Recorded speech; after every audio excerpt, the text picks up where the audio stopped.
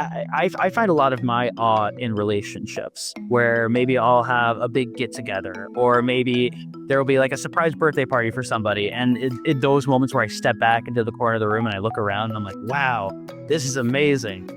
And I can't get that on a phone in a group chat. You're listening to Mentor Moments, where we talk about all things counseling, technology, education, and career development. I am Braden Wooters, and I'm joined by my co-host, Dr. Michael Keener. Grab a seat, and let's get started. Okay. Welcome back to another episode of Mentor Moments. I am Braden Wooters. Is that what we're doing today, Mr. Moment? Dr. Keener, where is your microphone? Because when you get like super amped, it gets all.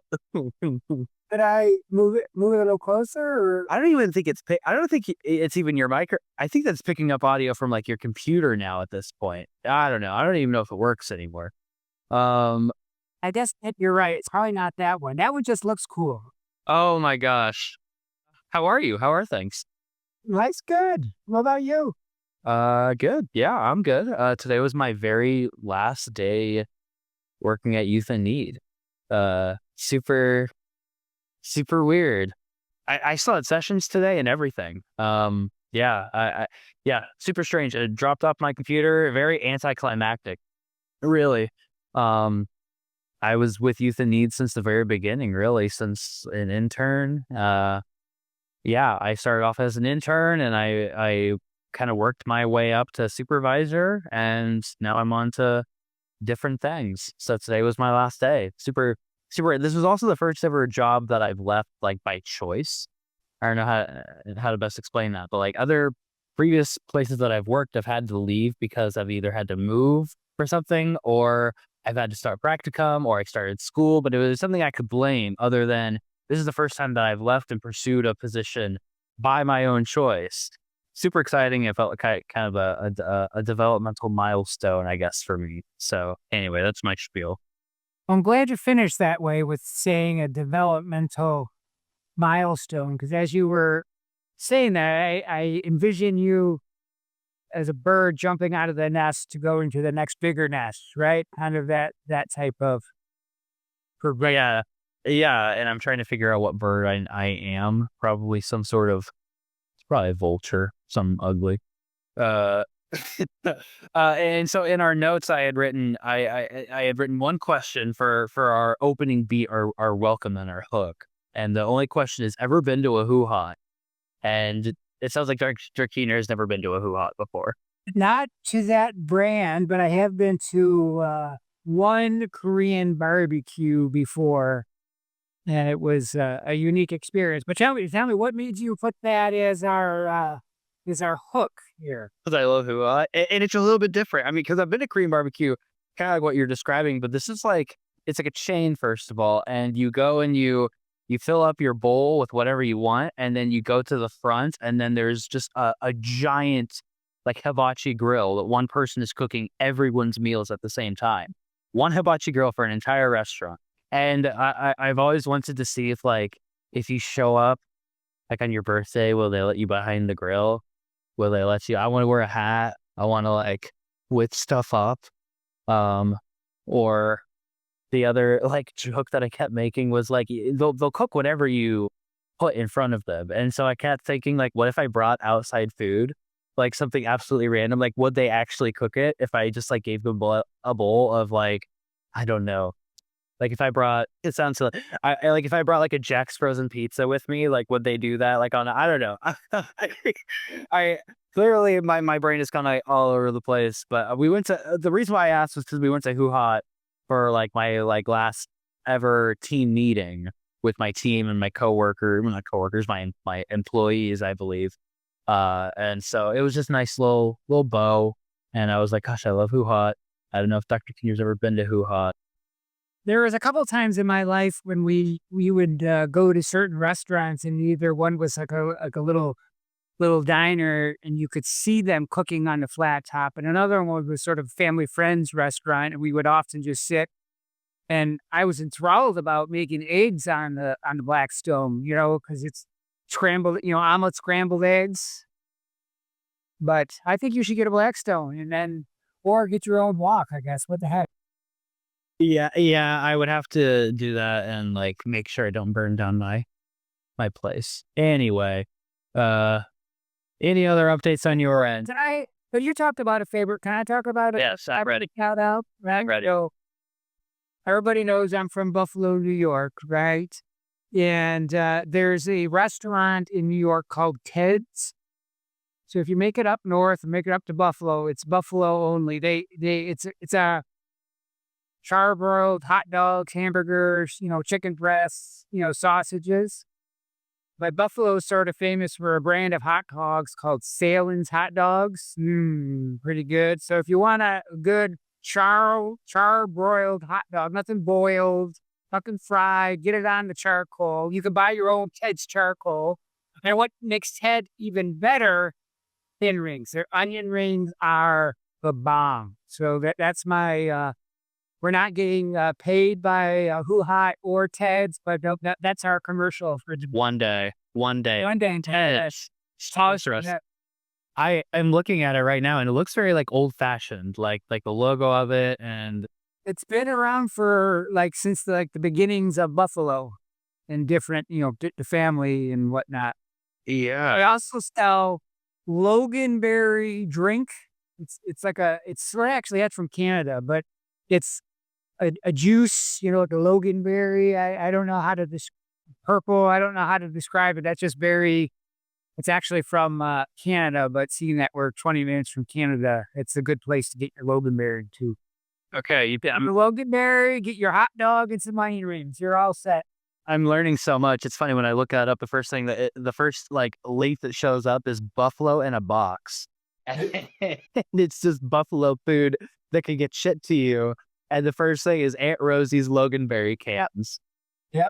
I'm learning so much. I've never heard of Loganberry. This is crazy. Huh.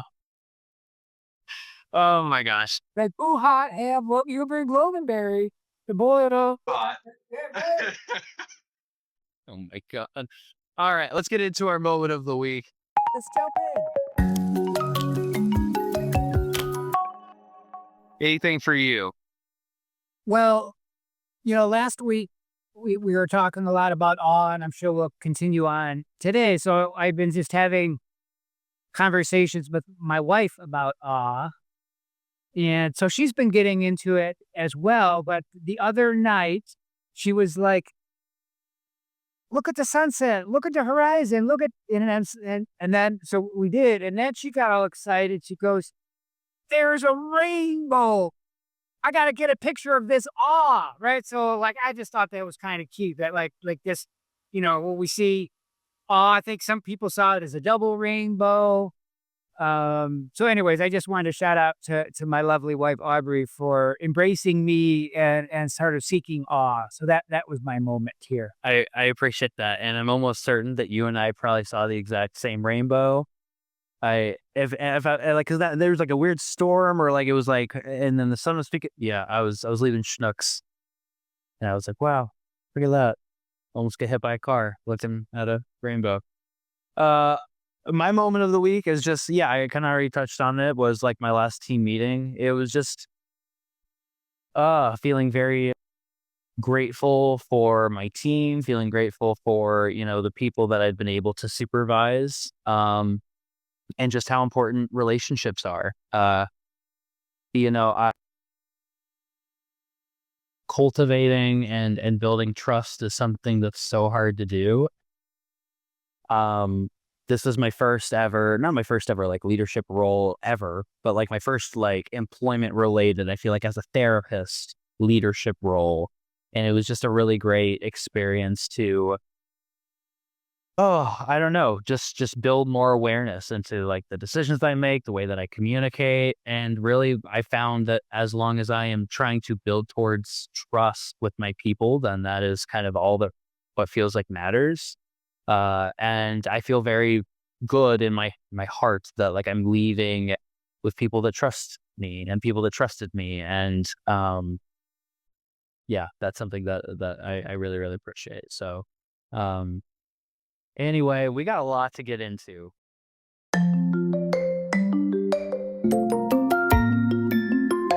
Today's episode, we're talking a lot about awe. We're getting we're diving deep into awe, why it matters, why it's important, what it even is. It's something that, I kind of mentioned to a couple people and they even had a hard time defining it. So, Dr. Keener, where do you want to start? Where do we jump off on? Well, I mean, I guess to me there's two parts of the definition of awe. One is we experience this a vastness, the things that are bigger than ourselves. And then because of that experience, we have um it's a Piaget term of accommodation where we learn something because of it, that it adds to a mental model of something. So um all can be good or bad, like awful, awesome. And it can also be, even though we talk about grand things, it can actually be like you could look at the structure or see a millipede and all their legs working in unison. Something that small could still be vast. So it's not like just always looking up at the stars or standing at the edge of the Grand Canyon. It could be, I was driving, I don't know if I used this example last week. Driving home the other day, I saw two young kids sitting outside playing, and it was just like just the innocence of youth and exploration and finding something new. I don't know how would that. I guess that's my maybe simple definition. I have notes. I have to go get them. I have to go grab them. I put them on my table. Okay, I'm coming back. Okay, notes. So yeah, so in terms of like developing awe, a definition that I had read, from the study, one of the studies that you had sent me was, a perception of a stimulus that is too large for the self to comprehend. And I appreciate how you touch on that awe can be, a big thing, like conceptually large thing. It can also be a very small thing, like how gravity works. That's something that I mean, that I've sometimes thought about where, like, I'll sit in, like, a physics class, like, I'm studying physics classes all the time, like, uh, high school physics and just all the rules that are to life, and I remember feeling a sense of awe in that, which was this just little equation, I mean, this little equation for gravity and how we center our entire lives around it. Yeah, and so, you had me thinking about all these kinds of different versions of awe that I had experienced. Another one that I hear often or I've experienced often is whenever you're like stuck in traffic, and you're at a standstill and you're thinking about everything going on in your life, where you need to be, what you're going to do when you get home, and then you look to the person next to you that's also stuck in traffic, and you kind of realize, they're probably having the exact same like thoughts, but they have a totally different life that they're trying to drive to. And they've probably got their own backstory, their own stuff, their own places to be. And then, you look at the car next to you and the car next to you, and you realize, oh, wow, we're all, at a standstill experiencing what most, we're all kind of the same to an extent. So those are two examples of awe that I immediately think of, but I'm sure that there are others. One thing I've been enjoying with this focus on awe is sort of reflecting back at moments that were awe-inspiring that I didn't know were awe-inspiring at the time. And I guess there was two moments sort of in the same sort of trip. I can remember going to Washington, D.C. for the first time ever, but I was an adult and going there for a conference and there was some free time. So I said, "Oh, I'm going to go to the National Mall." Right. And so I can remember walking out of the subway and just seeing the grandness of all the different monuments and the Capitol and the Washington Monument, etc. And I had realized, because I've only seen it in books or television, that you only get a certain glimpse. But when you're there, you can just see it like everywhere. And so then just I'm sort of a history guy growing up with that. And so that was okay, awe, inspiring. But what really hit me was when I went into the Smithsonian's National History Museum and I saw the flag, right? That was at Fort McHenry, right? At the War of 1812, that Francis Scott Key wrote the Star Spangled Banner. from, right? Watching it in the battle, right? And it's this huge flag, as you can imagine, just because it's flying, at on the fort. It's a dark room, sort of spotlights. I just got the tingles. I started to tear up. Like, just to me, that was like, oh my God. So when I was reading the book on Oz, like, oh my God, that's what that was. It was just this emotional connection to the Star Spangled Banner, the country, all that kind of good stuff. Yeah. That reminds me of yeah, and I love that because that now you're bringing up stories in my whenever I went to DC and I was much younger. I was in, like, high school, freshman year, and we went to the Holocaust Museum, and it was such a different level of awe, and I appreciate that we're talking about that. What's coming up for you? I guess, connecting it to novelty, I found an article this week on, like, who knew there was a psychology of tourism, right? And people who have museums or tourist sites, they want to connect into novelty because it's new and novel, and that will gets people to come back, right? So it makes me think about how museums, whether it's a science museum, art museum, history museum, etc., sort of keep things new or to sort of hook us in this way. And then when you talked about the Holocaust Museum, my wife and I went to we're, we were the one in St. Louis before it was remodeled, and then we went to it again after remodel, and it opened up, and then we met with the docent before we were going in, and she said, "I hope your experience is meaningful." And that blew my mind too, because and maybe my ignorance is museums were sort of to be not that it wasn't enjoyable. Holocaust is, again, death and persecution.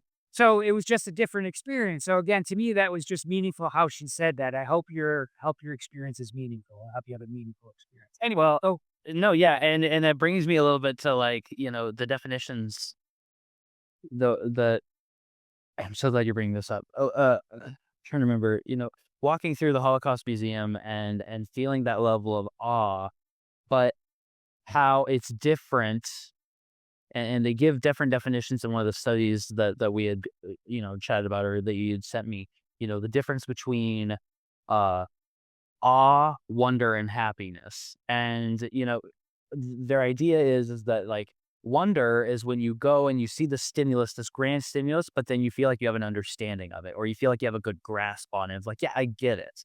Like, I understand it. Like, I understand it fully. Like, it's crazy and wonderful, like, that I understand it. And I don't think that that's what, the goal is when you go through the Holocaust Museum or go through pretty much most museums, which is that you go through and it's not meant for you to completely grasp everything and you have all the knowledge that you need and now you fully get, everything. Like, that's not the point. It's to elicit that awe, that level of, hey, this is grander than what you probably think it is.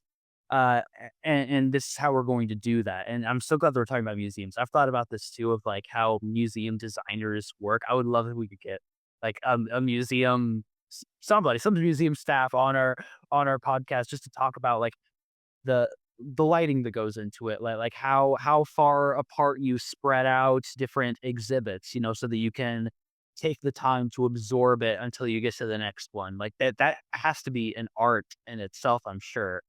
And then the last one being, happiness, which is that people think like awesome is like happy, but no, like happy is more of like, it's more of just an emotion, or like when you're connected to yourself, like it's egocentric. I'm happy about this. No, it goes more than happiness, more than understanding. It's something further than that. well, I'd say let's do it, right? Let's contact the history museum. Yeah. Let's get somebody because my wife and I went to. They have an exhibit at the history museum called Collections, and it's a series of. The theme is St. Louis related. They're unrelated except they have something to do with St. Louis. Okay, so it's not like going on a baseball one or the World's Fair. Like, there was things from accessible playgrounds. There was things from the zoo. There was things from Lindbergh. There was things on looms to make blankets.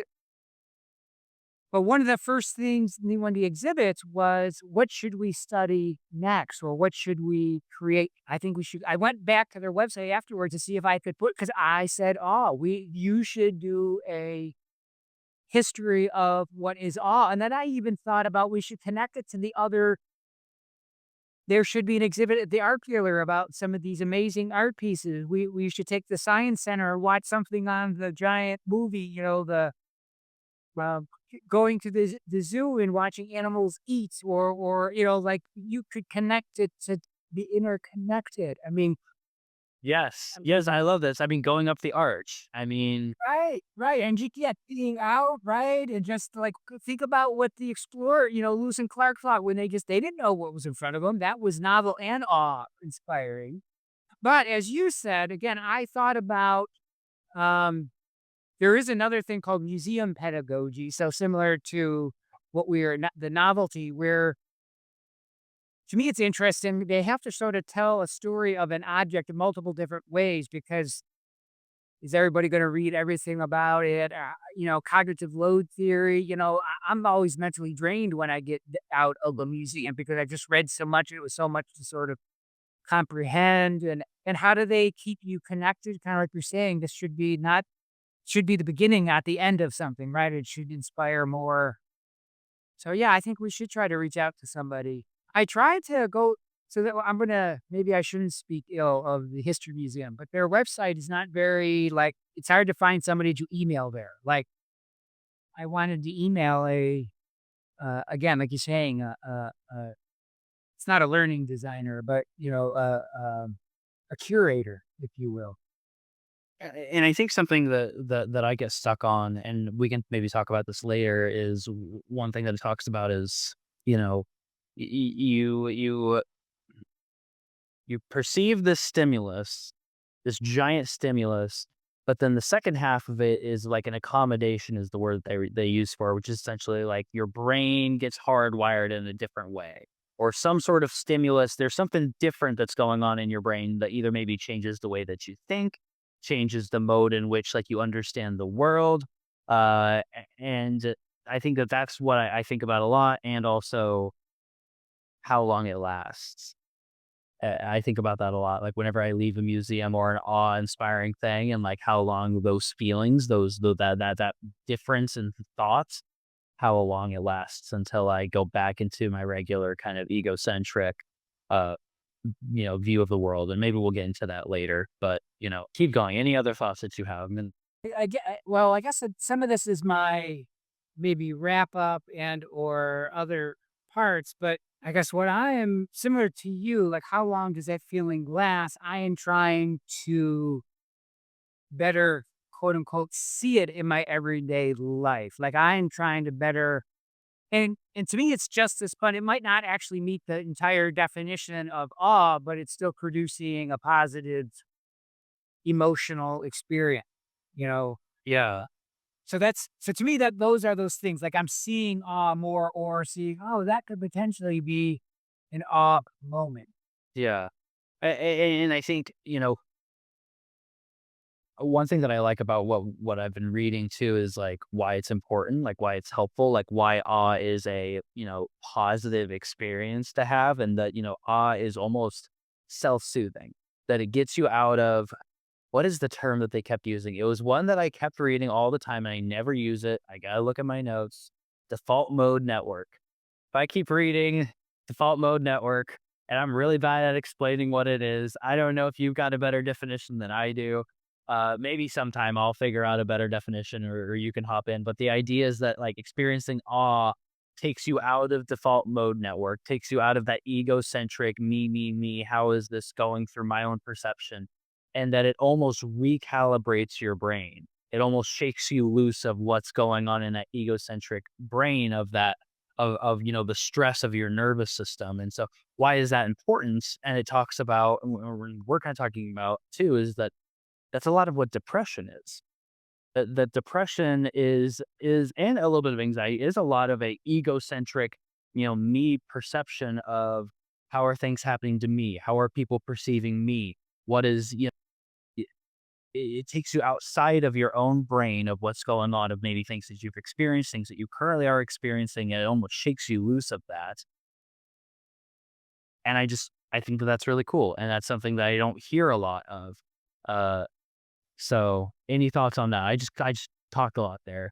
You know, so to me, that's the other one of the, I guess, outcomes. I'm going to call it a positive outcome that there's a little less.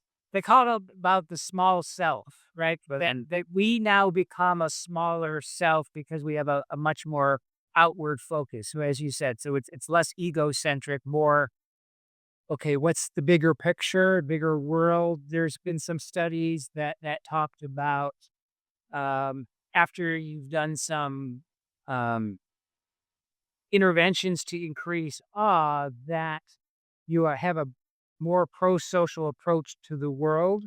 Even if before you sort of had an unconscious bias or an outward bias on something, you'd still be more likely to, donate $50 to this cause, right? That there was this outward focus. Um, and to me, this was interesting.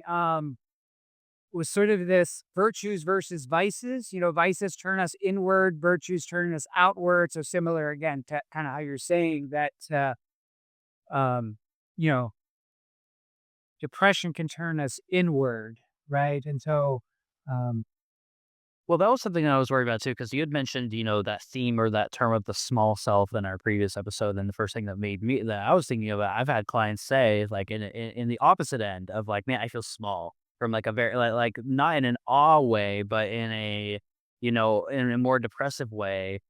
But awe can almost do that in both ways. And I appreciate so we're talking about how awe it doesn't have to be all positive. Like you can experience awe from like a natural disaster, something that is much larger than yourself, where you go, "Oh, I really am small. I am powerless in this." Uh, and even that, I feel like can lead to pro-social behaviors and pro-social attitudes. Oh, I'm really small. I have no control over this. Oh, I need to find community, and things like that. So that's something that I'm noticing.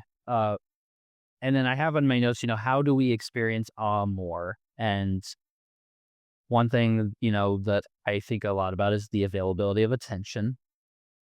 Being the generation that I'm in, my brain obviously goes to phones. And what role do cell phones, does the modern day smartphone have in awe? Would you say the phone is a barrier, a portal to awe? Like, what do you think? it's a tool, so it can be used as a barrier or as a support. So I know I'm riding the fence on that. If we are using social media as a way to sort of maybe be inward, well, then I would assume it was a barrier. I'm just thinking of um, a former wrestler just posted a picture of himself again standing on the edge of this mountain, looking so. Okay, yes, I'm on social media, but to me that was oh, that's what a wonderful picture that is. Um, I've used, again, going back to AI, I've used Gemini to create me a realistic picture of somebody sort of experiencing art and trying to get this emotional picture of this person standing in front of it. It does a pretty good job. So again, I think it can be, but it can't be. Uh, and then kind of going back, what made me think of this, and before I forget, another connection between awe and novelty is a precursor is our own openness. So to me, I guess, I don't know, talking about whatever generation, if we are open to newness or just this general openness to experience, that lets us, I guess, experience awe and novelty easier, if you will. Yeah, and I appreciate that because, we're talking about traits that can lead to awe more often. So, that the trait absorption is one that I was reading about, and then openness was, a big one, which was, kind of it goes hand in hand with that curiosity. And I'm on the more cynical side where my openness I feel like is diminished by my phone, where I don't have to be open because I can get the closest facsimile of it to with my phone. If I want to be on the grand, if I want to experience this grand notion, I could just probably watch a YouTube video about it. If I like instead of going skydiving, I could have probably watched a GoPro video and get closer to that. So I do think about how, accessibility to experiences or, pseudo experiences has kind of limited my generation's ability to be open to other experiences where it's just like, well, I could do that, or I could just, I find a lot of my awe in relationships where maybe I'll have a big get together, or maybe there will be like a surprise birthday party for somebody. And those moments where I step back into the corner of the room and I look around and I'm like, wow, this is amazing. And I can't get that on a phone in a group chat, and so, and I can't get that with these other modes of communication. So, that's where my brain is at whenever it comes to kind of technology, and then I think of people who are awe prone. Like I think of people in my life, and you might have people in your brain that you feel like are prone to awe just automatically. I think I have ideas of people who are like that, but I want to get your thoughts. Like, are there people in your life who you're like, oh yeah, this person like it can easily access awe like that? I don't know. I haven't thought of that. I guess I would think more of our other characteristics were, positivity, extroversion, woo kind of thing that there might be that they might again also then be also more better able to see or experience it because of those characteristics. It would be interesting to ask. I also think of sometimes people that who I really enjoy talking with because of again, not only just a social connection, but of what we are talking about. Like that Yeah. could still be, I guess, whether it's ever awesome totally or not, but approaching awe. So that's a good question.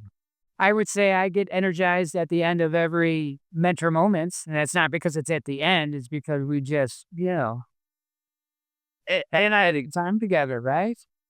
I'd agree, and I appreciate that we're talking about, how, and we touched on it a little bit last episode, that awe can be something that is shared, right? That it doesn't have to be that I don't have to experience it myself, that somebody else can come to me and point me into the direction of awe, kind of like what you had described with your wife going, "Hey, look at that."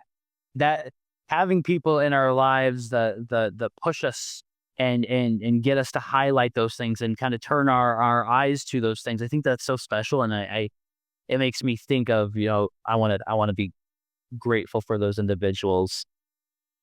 And that leads me to another thing, yeah, I'm taking notes about. And, something that I've been reading a lot about and thinking a lot about is just the male experience, young men. Uh, and I feel very strongly, well, I'd like to pause, give the hypothesis, I suppose, that developing awe and recognizing awe is becoming harder and harder for young men. And I'm going to stop there, and I can expand on that, but I want to get your thoughts on if you might agree, disagree, or do you want me to expand on it? I would say I haven't thought this is awesome. This is awesome. I mean, this is it very interesting how we're both sort of, right, thinking about the same topic and thinking about it in different ways or ways that are meaningful. Maybe this is some intellectual fluence that we're getting because we're really doing some purposeful reflection and things that are meaningful to us. Tell me more.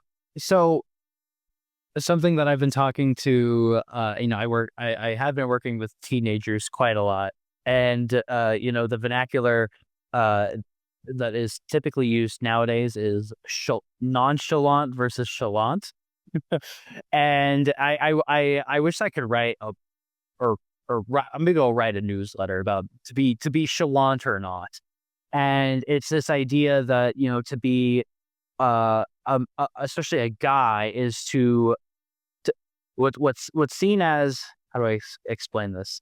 Stereotypically masculine would be to not be very chalant, to be very nonchalant, to be very smooth and cool. I mean, you're probably thinking of the Fawns. I don't know what that version. Yes, I'm in your head. I know exactly. No, I don't know what my version of it would be, but like that effortless, cool, not getting wowed by stuff, very even keel.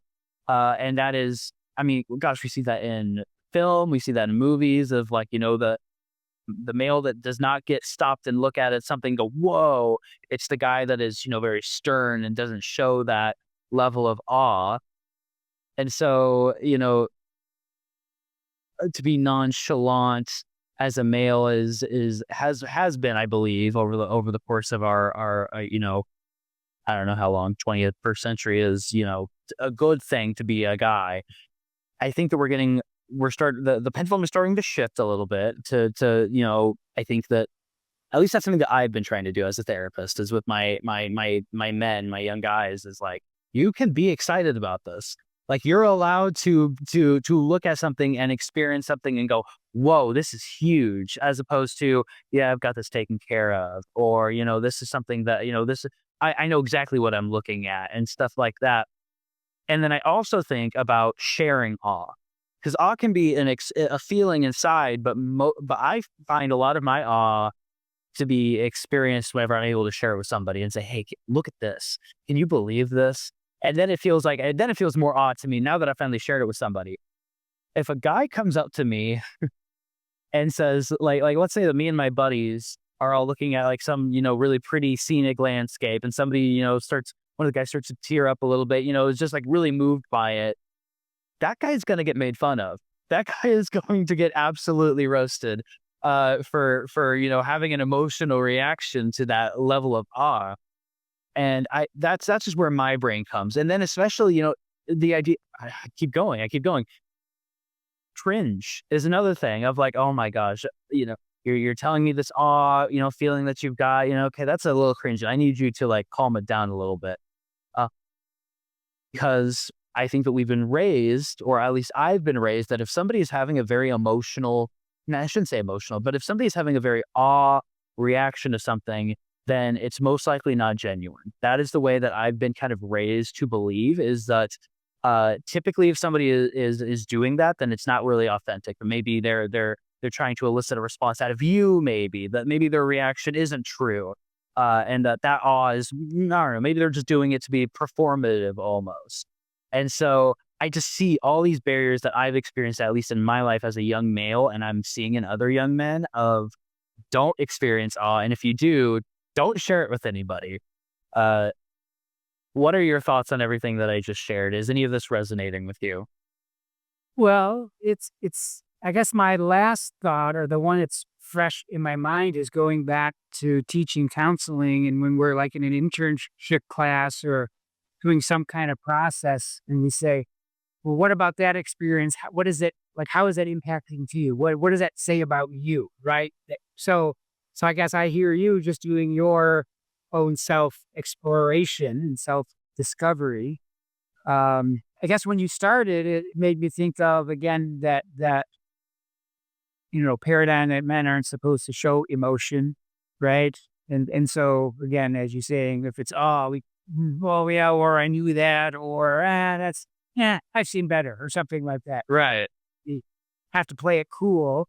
I don't know. I don't know if I'm getting aged out of some of those things. Meaning, I don't know. Like maybe it's something about being part of a group. When I'm hanging out with the wrestlers, it's not uncommon for those guys to say they love each other. And thinking about what you just said too, when I was wrestling, if I would have said it to my teammate, I loved him, we would have been, ostracized, right? But in here, like we are college athletes, and they're like, I don't know. So I don't know. Again, maybe it's Yeah, and I appreciate that, and that is something that I think is important, that like that pendulum is beginning to swing. That I think is really really cool. And plus, I'm a therapist, so I spend some time with other guys that are therapists, and they're able to kind of tap into that a little bit more. But that is just something that I've recognized, at least in myself growing up, that to experience awe is almost like, okay, chill out, you move on. Okay, we've all seen the sunset before. Act like you've seen a rainbow before. I well, there is a little bit there. There's a famous quote, again, a Buffalo thing. When Thurman Thomas scored one of his first touchdowns, he made a big like celebration dance. And the Mark Levy, the coach at the time, when Thurman Thomas came to the sideline, Marv Levy said, act like you've been there before, right? So don't yeah. like You should be scoring touchdowns all the time. You're that good of it, So yeah, I think there again, society has those whatever those norms, what we think is appropriate. How do we act, not act? And I guess these things are sort of well. Actually, I was using a large language model to sort of help me better understand, and I kind of talked about like an existential moment. Like if we have this existential moment, that could very well be awe, right? We again, that's the accommodation thing that we are now seeing something differently. So again, experiencing death or being faced with that, I don't know. I just Yeah, and I'm glad that you bring it up because that's part of my notes, which is, I this is the cynicism in me, and I sometimes just look at the barriers to awe and like what in culture today and society today is keeping young people or at least people my age from experiencing awe. And I do think that what used to be a good gateway for people into those feelings of awe is spirituality and typically religion. And having been religious myself, growing up and going through, I think, phases of that. I've experienced that, right? You're in a church and you're experiencing worship and you feel that like sense of awe. And we know that, statistically young people are going to church less and less and less. So, having those, I want to say maybe spiritual moments in which you are, with a larger community experiencing something close to an existential thing of like, at the afterlife, where do I go? And experiential with maybe a higher power, that those are becoming less and less for people to experience. Um, and so those places are tough for people to have, and I feel like that was a location and a portal for a lot of people growing up to have those feelings of awe, and we're not getting it anymore. And so, I think the closest thing that people are starting to get to that is like, modern day spirituality. I mean, maybe not modern day, I shouldn't say that, but like I see a lot more now with like meditation. Uh, but even that is very, inward thinking.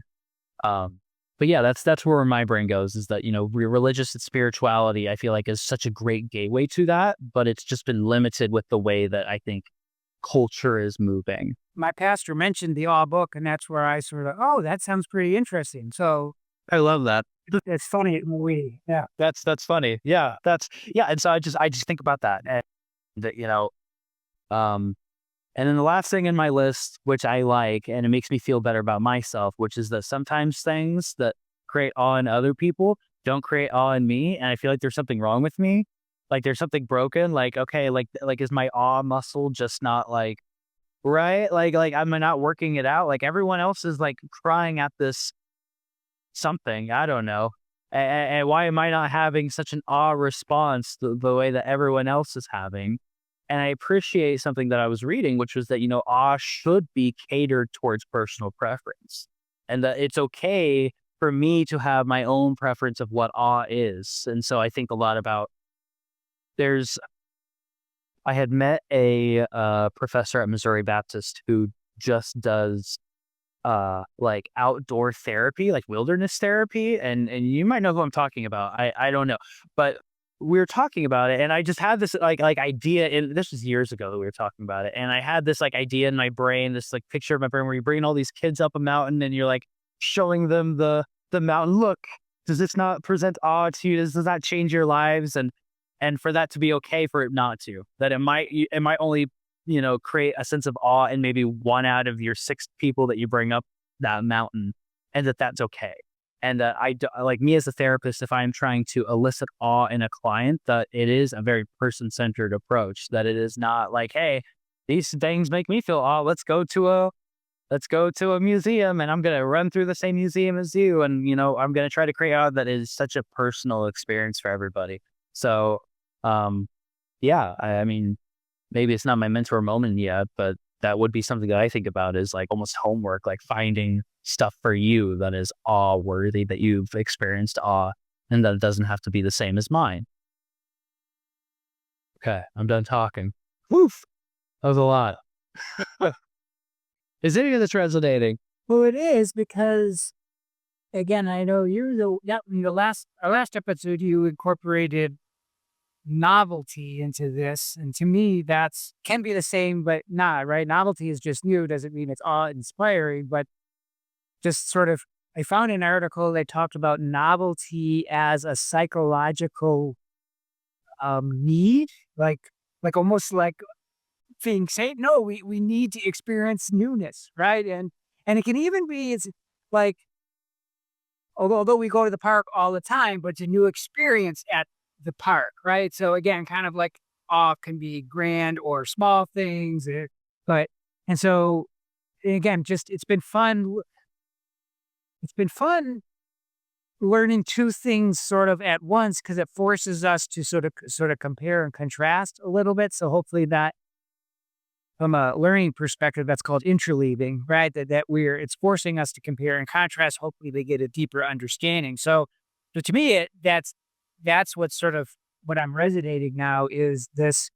And to me, it all goes with for me, it's learning. That's sort of my research as well. So yeah, how does awe, novelty, wonder, curiosity inspire us to again go deeper into something to become a better human being? Yeah.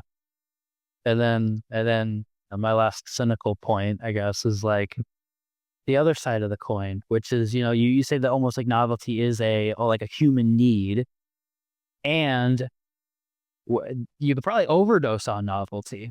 Like, how much novelty is too much? Like if I have access to novelty at any given point, does nothing become novel then?